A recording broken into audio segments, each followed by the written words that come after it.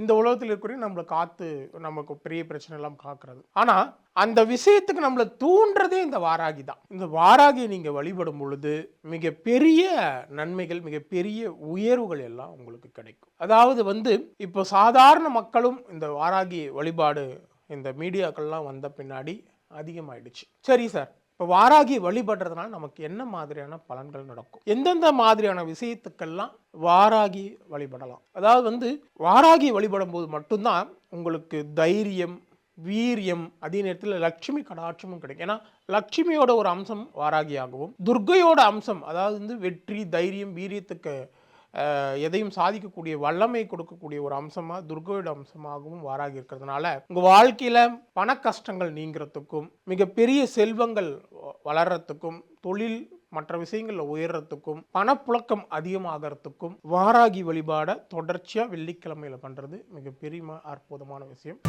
Cab book பண்ணீங்கன்னா இனி அதை ரெட் டாக்ஸில புக் பண்ணுங்க.